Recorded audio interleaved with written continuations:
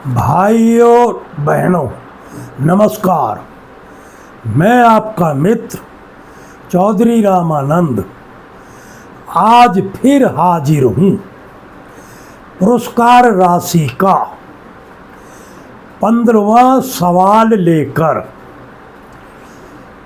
मित्रों, अब से पहले 14 सवाल आ चुके हैं और ये 15वां है। इसके बाद सिर्फ एक ही सवाल बाकी रह गया है और आपके घंटे पूरे नहीं हो रहे हैं।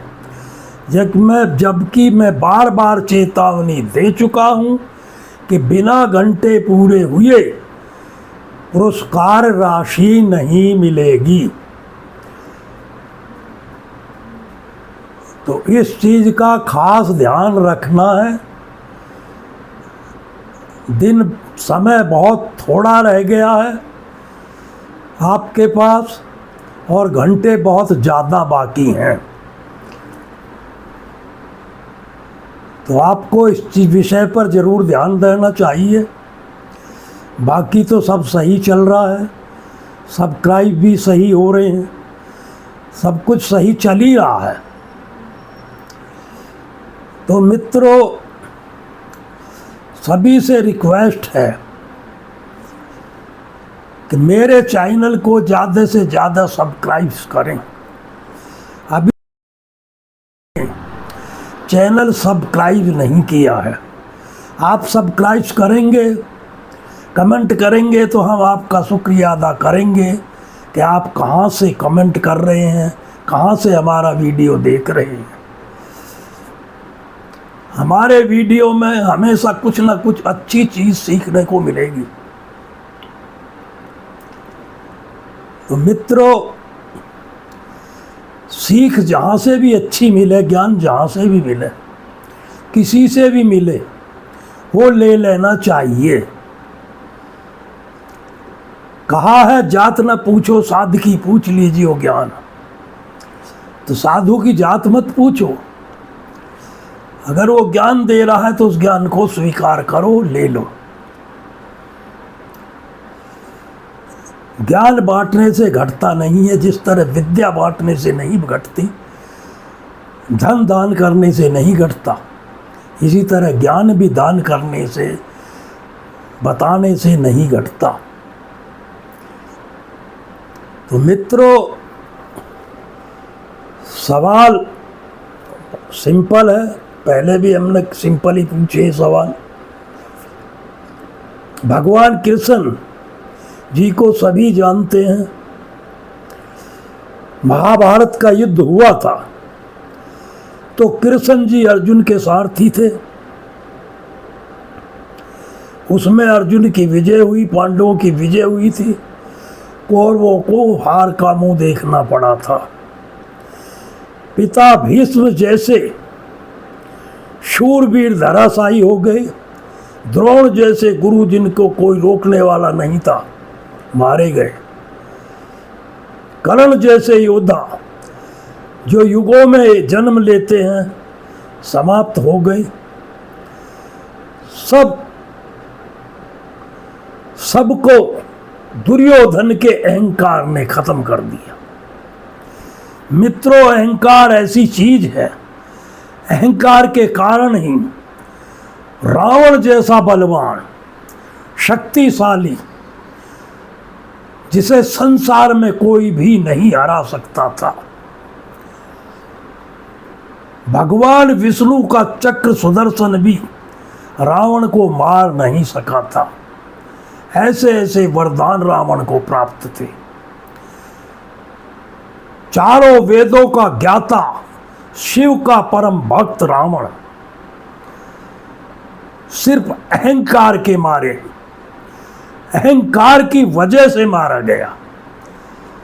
उसको इतना अहंकार हो गया था कि मुझे मारने वाला कोई नहीं है, मुझसे बड़ा कोई योद्धा नहीं है, मुझे कोई हरा नहीं सकता।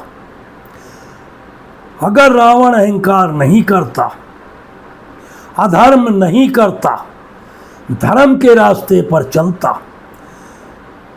तो रावण जैसा महाज्ञानी, रावण जैसा योद्धा पृथ्वी पर नहीं था। लेकिन रावण का अंत अहंकार ने ले लिया, अहंकार ने कर दिया। ना अहंकार करता ना रावण मरता। उसके भाइयों ने बहुत समझाया, उसके नाना ने बहुत समझाया, उसकी पत्नी ने बहुत समझाया, लास्ट में उसके सबसे प्रिय पुत्र मेघनाथ ने भी समझाया, लेकिन रावण नहीं माना। रावण अपनी हठ पर अड़ा ही रहा, आखिर में मारा गया। मौत तो सबको एक दिन आनी है, चाहे रावण हो या कोई और। दुर्योधन को भी बहुत अहंकार था। कृष्ण जी ने बारंबार कहा, रे दुर्योधन, युद्ध को मत छेड़, युद्ध सत्यानाश की जड़ होती है, युद्ध से किसी का भला नहीं होता, युद्ध हुआ तो कुछ भी नहीं बचेगा, तू उनका राज वापस लौटा दे। दुर्योधन ने हट पकड़ ली, मैं उनका राज वापस नहीं दूंगा। कृष्ण ने तो यहां तक भी मांग रख दी कि चलो तू उनका राज मत दे, लेकिन 5 गांव, केवल 5 गांव तूने दे दे, वो उसी से संतुष्ट हो जाएंगे। लेकिन अहंकार में भरपूर अहंकारी दुर्योधन ने कहा, तो आप 5 गांव मांग रहे हो, मैं उन्हें सुई की नोक की बराबर भी, सुई की नोक की बराबर भी भूमि नहीं दूंगा। अंत क्या हुआ सब जानते हैं। कौरव 100 भाई थे, 100 के 100 मारे गए, एक भी नहीं बचा।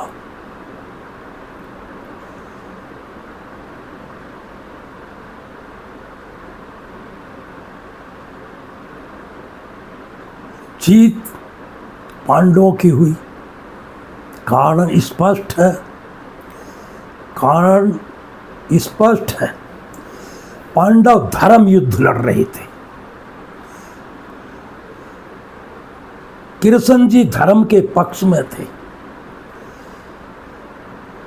कौरवों के खेमे में अधर्म था, और जितने भी योद्धा मारे गए, कर्ण को कोई मारने वाला नहीं था, द्रोणाचार्य को कोई मारने वाला नहीं था, पिता भीष्म में किसी की हिम्मत नहीं थी कि पिता भीष्म का मुकाबला कर जाते। स्वयं परशुराम को भी पिता भीष्म ने हरा दिया था, जो परशुराम के ही गुरु थे, और भगवान के 14 कला के 10 कला के अवतार भी थे। 14 कला के अवतार राम थे, 16 कला के अवतार कृष्ण थे, 10 कला के अवतार परशुराम जी थे। ईश्वर का अवतार होते हुए भी, गुरु होते हुए भी पिता भीष्म से हार गए थे। ऐसे पिता भीष्म भी कौरवों के पक्ष में, अधर्म के पक्ष में युद्ध करके हार गए। द्रोणाचार्य भी इसीलिए हार गए, कर्ण भी इसीलिए हार गए, क्योंकि वो अधर्म के पक्ष में खड़े थे। पांडव धर्म के पक्ष में थे, और उनके साथ त्रिलोकीनाथ नारायण थे। और जिनके साथ नारायण हो, उन्हें कौन हरा सकता है। और नारायण तो उसी तरफ होते हैं जहाँ धर्म होता है, जहाँ सत्य होता है, नारायण उधर ही होते हैं। तो इस तरह कौरवों का नाश हो गया, कोई नहीं बचा, कौरवों में कोई भी नहीं बचा। जैसी करनी वैसी भरनी, ये तो कहावत है। वो सुई की नोक की बराबर भूमि नहीं दे रहा था, जो सारी भूमि छोड़कर चला गया।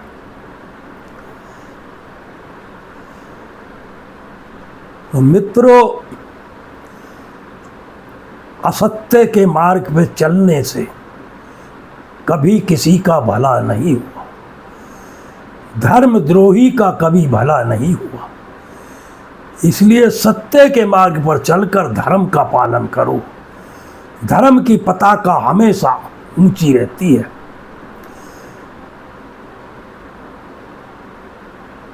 आज का प्रश्न बड़ा साधारण सा है।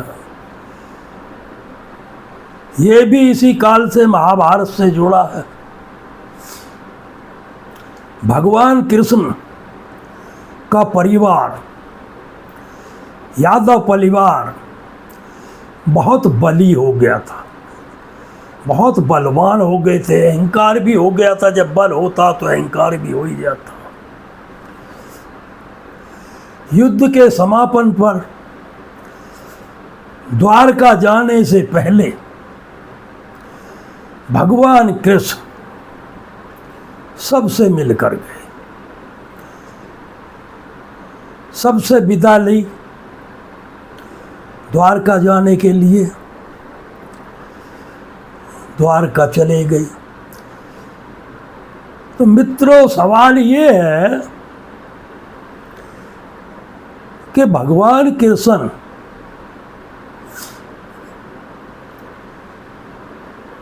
को किसने श्राप दिया?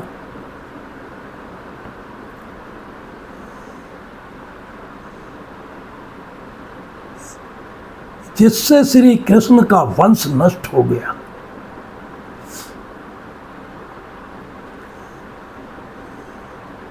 आपको इसी सवाल का जवाब देना है। मित्रों, श्री कृष्ण भी उसी कुल में थे।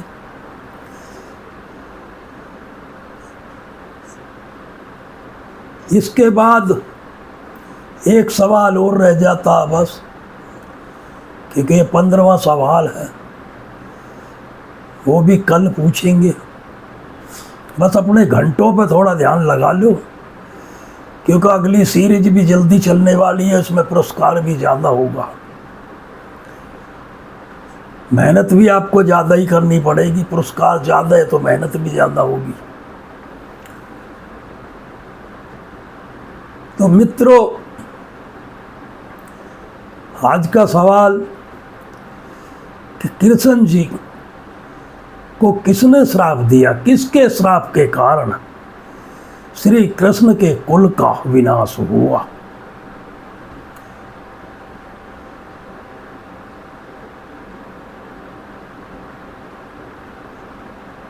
मित्रों, राजा हो, रंक हो, ईश्वर भी अवतार लेके पृथ्वी पर आते हैं। तो मृत्यु लोक है।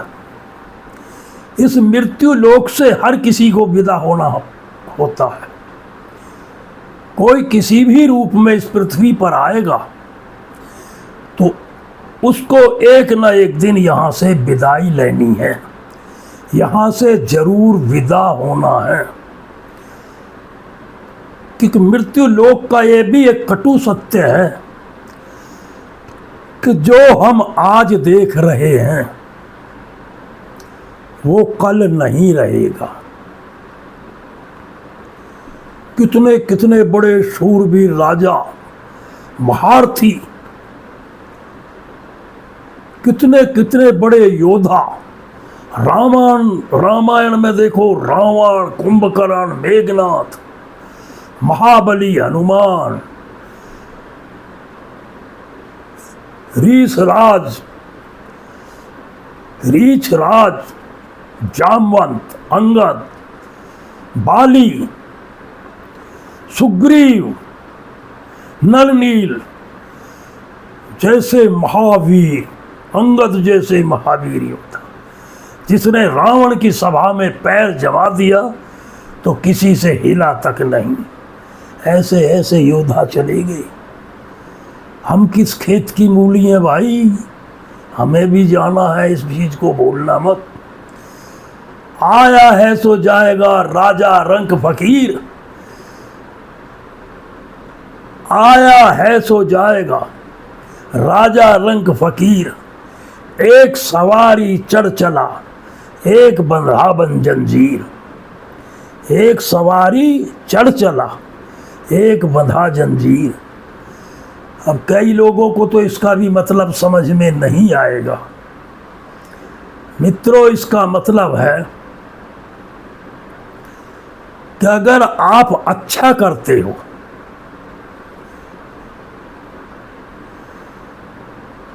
तो सीधे स्वर्ग के लिए जाओगे, यम के दूत नहीं आएंगे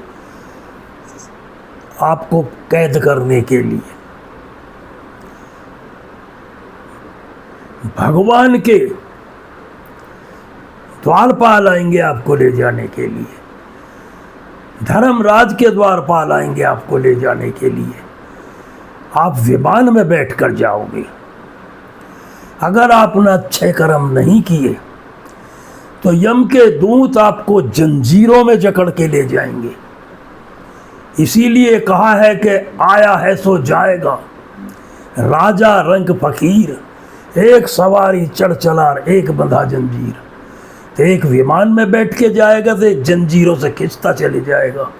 जाना सबको है, चाहे राजा हो या रंक हो, राजा हो या फकीर हो, यहाँ से सबको जाना है।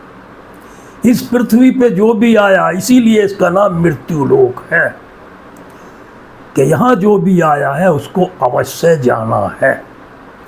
एक दिन ये मृत्यु लोक छोड़कर विदा जरूर होना है। यहाँ कुछ भी अपना नहीं है, यहाँ कुछ भी अपना नहीं है। कोई साथ नहीं ले जाता। जिस घर में आज हम बैठे हैं, कभी वो हमारे पुरखों का होता था, कभी उनके पुरखों का होता था। आज हम बैठे, कल हमारे बच्चों का होएगा, हमारी संतानों का होएगा, फिर उनकी संतानों का होएगा। किसी एक का नहीं है। पता नहीं कौन आता, कौन जाता, कौन कौन उस चीज़ का भोग करता है, इसके कोई मायने नहीं है, कोई खबर नहीं है किसी को। इतने इतने बड़े आलीशान राजा महाराजाओं ने किले बनाए थे, आज मिट्टी में मिल गए। नहीं पता कहाँ थे, कहाँ नहीं थे। एक से एक सूरवीर योद्धा आए, चले गए, आज इतिहास के पन्ने में सिमट कर रह गए।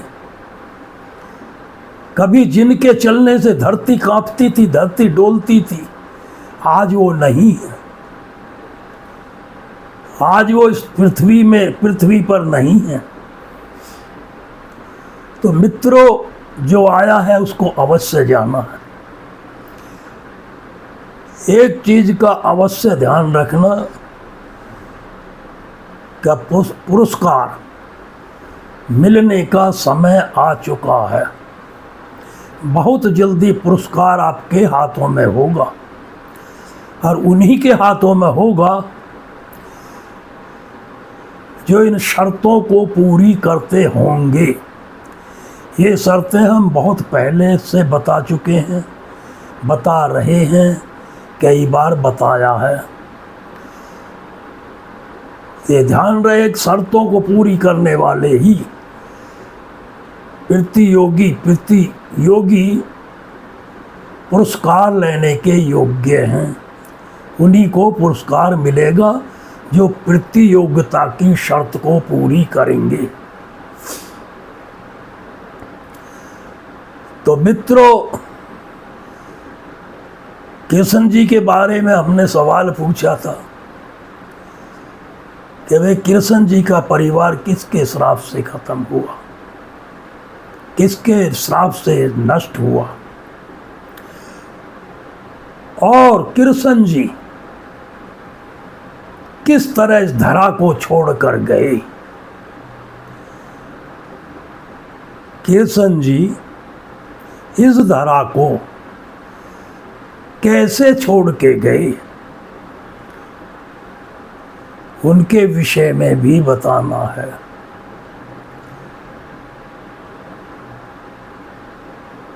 मित्रों, जवाब स्पष्ट साफ साफ होना चाहिए। सवाल के जवाब के साथ सवाल का नंबर भी होना चाहिए कि हम इतने नंबर के सवाल का जवाब दे रहे हैं। पीछे आप लोगों ने नंबर नहीं लिखे हैं। मुझे बड़ी परेशानी हुई ढूंढने में कि भाई ये कौन से सवाल का ये जवाब दे रहे हैं। तो इसलिए हर सवाल का नंबर ज़रूर होना चाहिए कि भाई हम कौन से सवाल का जवाब दे रहे हैं। तो आज का सवाल तो आपने समझ ही लिया होगा कि कृष्ण जी को किसके श्राप के कारण उन कृष्ण जी का परिवार नष्ट हुआ। दूसरा कि वे कृष्ण जी इस भूलोक को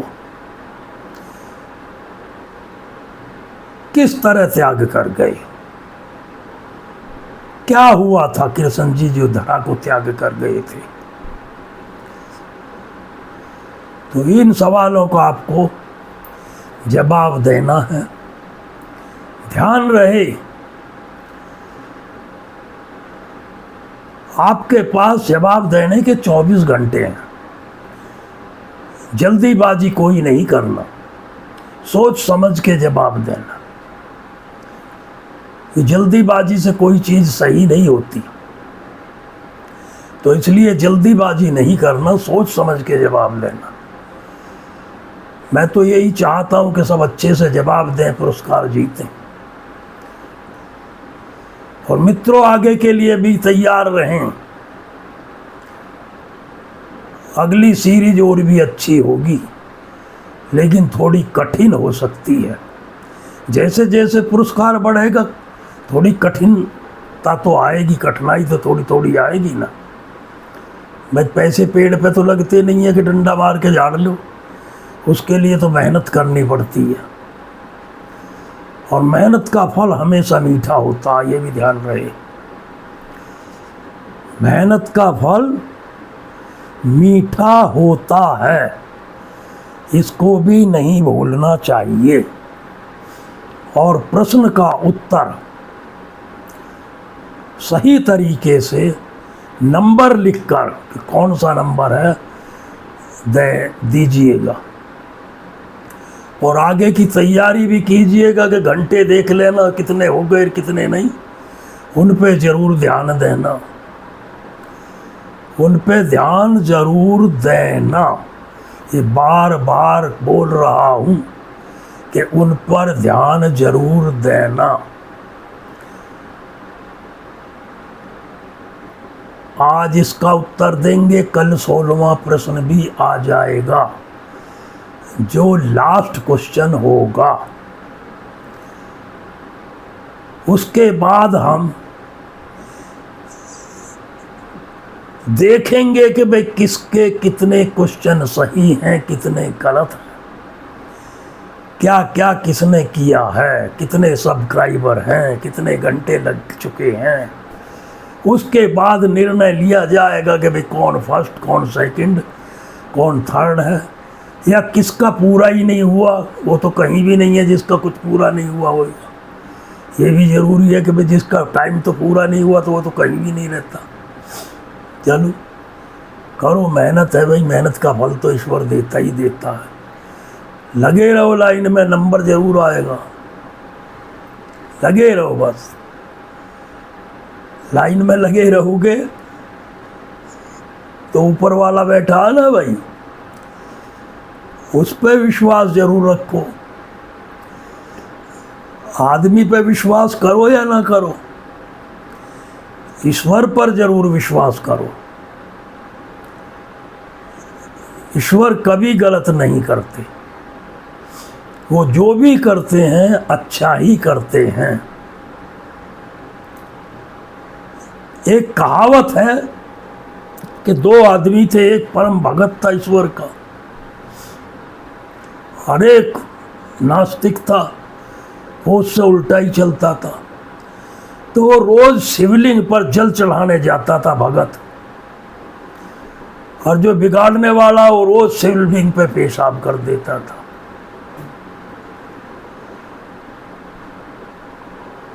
इस तरह गाड़ी चलती रही।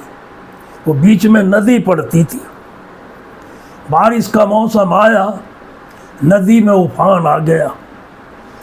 जो भगत था उसने देखा यार नदी में उफान, अब कैसे जाऊं, उस पर तैरना भी नहीं आता था। तैर के जाता भी तो जल कैसे ले जाता, जल तो गिर ही जाता। इस तरह उसने जाना कैंसिल कर दिया।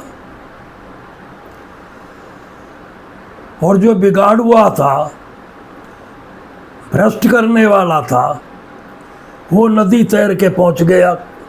उसने सोचा रहे कि आज वो करके ना आ गया हो पूजा और तेने काम नहीं बिगाड़ा तो फिर मामला, उसे तो कुछ फल मिल जाएगा। वो सिर्फ उसके बुरे के लिए जाता था। जो भगत था वो रह गया नदी के कारण, और जो अभगत था, पिशाच था, निशाचर था, राक्षस था, वो पहुंच गया, वो अपना कर्म करके आ गया। अब एक दिन क्या होता, दोनों चले जा रहे हैं, भगत आगे था और वो पीछे। तो भगत के पैर में खजूर का कांटा लगा जो नीचे से लग के ऊपर पार निकल गया, कि मुंह से हाय निकली। और जो निशाचर के तरह था आदमी, जो उसका काम बिगाड़ता था, उसको सोने का कलश मिला, उसमें मोहर थी। वो अपने गुरु के पास गया, गुरु जी ये बताओ, मैंने आज तक कोई गलत काम नहीं किया, भगवान की सच्चे मन से प्रार्थना करी, सच्चे मन से पूजा की, कभी कोई गलत काम नहीं किया, फिर भी आज देखो मेरे पैर में खजूर का कांटा। और जो कभी भगवान का नाम नहीं लेता, उल्टे सीधे सारे गलत काम करता है, उसको सोने का कलश। गुरुजी ने ध्यान लगाया, ध्यान लगा कर देखा, बोले भाई भगवान कभी गलत नहीं करते। अगर तू इस जन्म में भगवान की पूजा पाठ नहीं करता सच्चे मन से, तो ये समय जो कांटा लगने वाला है वो समय तेरे गले में फांसी का था, तुझे फांसी लगनी थी उस समय में। और जिसको इतनी सी अशरफी मिली है ना, वो उस समय उसका राज तिलक हो रहा होता, वो राजा बन रहा होता, लेकिन उसके खोटे कर्मों की वजह से वो राज पद से वंचित रह गया। और इतनी सी जिस पे करोड़ों का अरबों का खजाना होता, सारे देश में राज होता,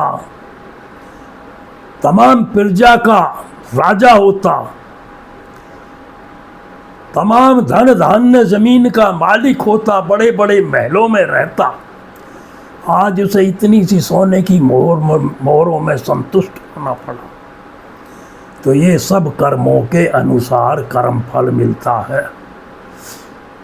तो मित्रों, प्रश्न आसान है, किसके श्राप से कृष्ण जी के कुल का नाश हुआ, और कृष्ण जी इस धरा को त्याग के कैसे गए, उनके अंत समय में क्या हुआ था, इसी का जवाब आपको देना है। ध्यान रहे, समय को ना भूलें। मैं बार बार कह रहा हूँ, कई बार ऐसा होता है कि दरवाजे पे, घर के दरवाजे पे पहुँचते हैं तो वहाँ ताला लगा होता है। तो इस चीज़ को ज़रूर सोचना, दरवाजे पे ताला नहीं, दरवाज़ा खुला होना चाहिए। तो मित्रों, आज की बात हम यहीं समाप्त करते हैं। उम्मीद करते हैं आप लोगों से कि आप पुरस्कार ज़रूर जीतोगे, आपकी मेहनत ज़रूर रंग लेकर आएगी। और सभी मित्रों से आशा करता हूँ, उम्मीद करता हूँ कि आप हमारे चैनल को सब्सक्राइब ज़रूर करेंगे, कमेंट करेंगे, शेयर ज़रूर करेंगे। धन्यवाद मित्रों।